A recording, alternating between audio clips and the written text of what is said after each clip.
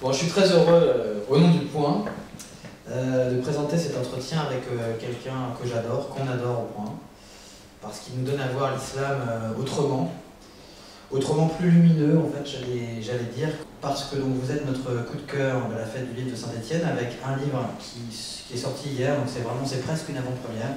Ça s'appelle L'Islam de chair et de sang, sur l'amour, le sexe et la viande. Et je précise que c'est un livre qui coûte 3 €, ce qui est toujours bien en temps de crise. Voilà, on a une sorte de précis d'islam lumineux, près de la poche, pour pas cher du tout. Un livre qui n'a pas de prix. Alors dans ce livre, que faites-vous, Malek Chebel? Vous, comme d'habitude, vous étudiez le Coran et les hadiths, c'est-à-dire les paroles du prophète, et vous abordez sans tabou les thèmes de l'amour, de la sexualité, de la consommation de la viande, à une époque où les fondamentalistes voudraient culpabiliser la chair. Vous énoncez ce postulat révolutionnaire, c'est qu'une grande partie du Coran ne peut se comprendre qu'à partir de l'hypothèse sexuelle. Alors vous allez nous expliquer, et vous ajoutez cette interrogation: l'islam que vivent les hommes est-il l'opposé de ce que Dieu a voulu d'après le Coran? Alors première question, Malek Chebel, est-ce que vous ne craignez pas en cette période de crispation de l'islam notamment, de mettre, comme le veut l'expression qu'on utilise aujourd'hui, de l'huile sur le feu?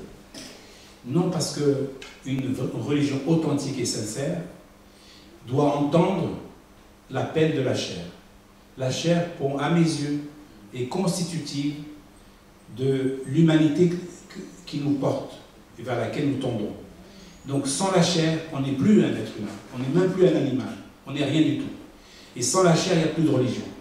Donc la chair et la religion, c'est la même chose. C'est un continuum permanent.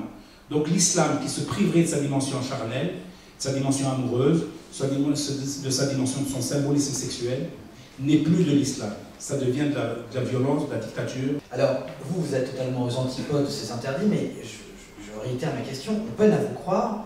Vous dites que vous voulez percer le mystère qui unit érotique et Coran. Alors, bien sûr, vous êtes promoteur d'un islam des Lumières. Et souvent, c'est l'expression qu'on utilise à propos de vous, c'est l'homme de l'islam des Lumières. Simplement, est-ce que vous n'exagérez pas un peu érotique et Coran? Non. L'attelage est surprenant. Oui, tout à fait. Aujourd'hui, il est surprenant. Aujourd'hui. Mais on a énormément régressé. Au temps des Abbassides, au Xe siècle, les Mille et Une Nuits ont été racontées au Xe siècle. Les Mille et Une Nuits. Et Scheherazade, personnage principal des Mille et Une Nuits, parle le même langage que moi. Parce que tout ça, pourquoi je vous parle de tout ça?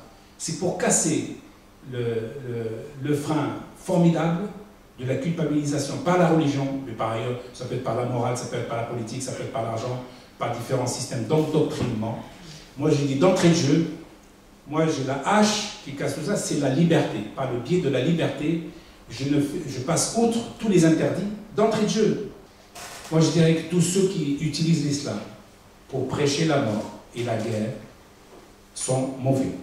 Alors, le problème qui se pose, c'est que ceux qui sont violents ont les moyens de leurs ambitions. Ils ont une idéologie qui veut capter la plupart des jeunes qui sont en déshérence. Ils ont les moyens matériels pour assumer leur politique. Et ils ont surtout, si vous voulez, l'écho même contrasté, même paradoxal, de l'ensemble des médias planétaires pour pouvoir avancer leur concept. Pour que je sois clair. Moi, je suis contre la burqa. J'ai toujours été contre la burqa. Je trouve que c'est une anomalie, de l'islam, de toute la civilisation. Parce qu'on ne voile pas la femme. Voiler la femme, c'est voiler la vie. Les musulmans lisent le Coran, en principe. Il faut le comprendre. Le Coran, c'est la langue arabe du 7e siècle. Elle est truffée d'informations, de pièges.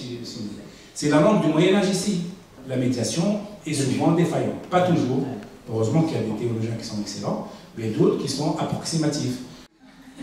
Je suis d'accord avec vous parce que l'islam, c'est pas la violence, c'est pas... Même sur la sexualité, vous trouvez que je suis un peu... J'exagère un petit peu, mais...